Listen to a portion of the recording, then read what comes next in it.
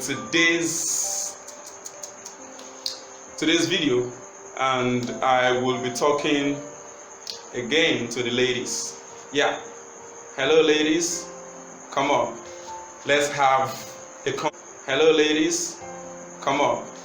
Let's have a conversation. Now, I'm saying this: don't marry these rich guys. There are this category of rich guys that I'm advising you against getting married to. Now, it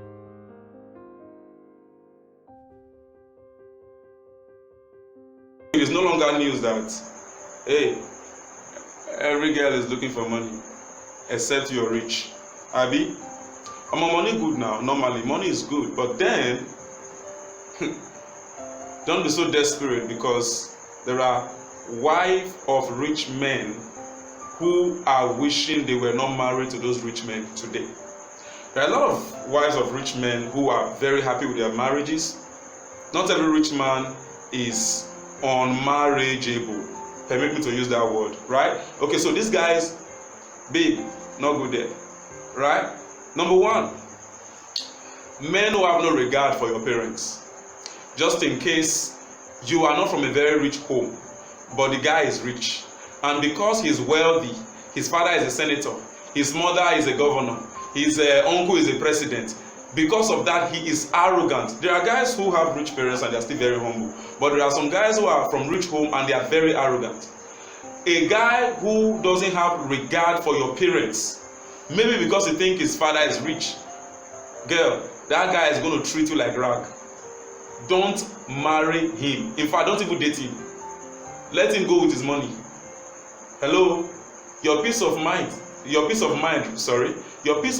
is worth more than all the money in the world. Go and ask rich people who have no peace. They will explain to you better. Right? So guys who have no regard for your parents, they don't respect your parents. Listen, don't marry them. I'm telling you now, if you like, follow money. Your mother may even be telling you, don't worry, he will change, because your mother thinks he's going to bring money to their home. They think you are the one they want to use to bring wealth to the house. My dear, you are not a commodity to be sold to make the family rich. No, you are not the sacrificial lamb of your family to bring wealth through marriage. If the guy doesn't have regard for your parents, call it off. Number two, men who don't care about your feelings. You're not happy, he doesn't care. He will tell you, if you like, go and hit your head on the wall. Men who don't care about your feelings, they don't care whether you're happy, they don't care whether you're sad, they don't care whether you're moody. You don't need them. Let them go with their money. Right? Okay. Number three, men who beat you. This is a red flag. Better red flag. Men who beat you. He has not married you, he's beating you already. My dear, when he marries you, he will punch you. He will punch you. So, the fact that he raised his hand, he slapped you, and then he went further and kicked you with his leg like a football, and then he went further than that and he blow. Why am I saying this thing like as if it's funny? It's really not funny to have a man who beats you, a man who says that he loves you and then he beats you. It's emotionally, how do I put it? It can cause emotional trauma. How can the man who says he loves me beat me? No, that's bad.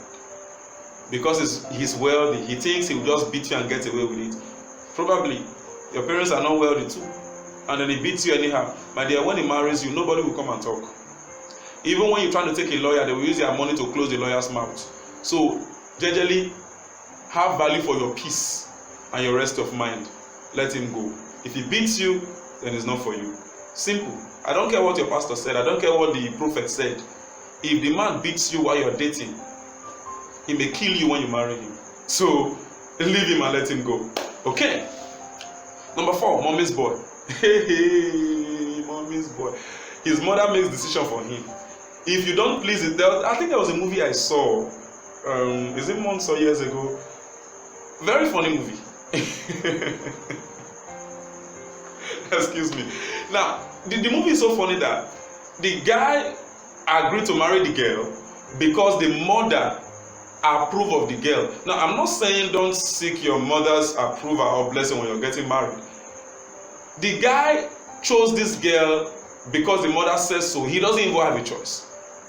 So every time his mother is always in their conversations. When the guy does it, he say, you know my mother doesn't like this, and the mother is not there. When the guy says something, you know my mother doesn't like this kind of talk, and the mother is not there. My dear, you're going to end up as a slave in another woman's house. You are the wife to his mother. You are not his wife. So he's not a man, he's a mommy's boy. Don't marry him. Stay away from him. Seriously. You don't want to know what's going to befall you if you marry that guy. Because you will never be. Do you know what it means to please woman? With all due regard to my wife they try, but many women. Oh my God. It is easier to carry a 50-liter gallon on your head from a stream climbing the hill than to please many women. I'm telling you. Let's leave that on the side. Okay, so if he's a mommy's boy, it's a no-no.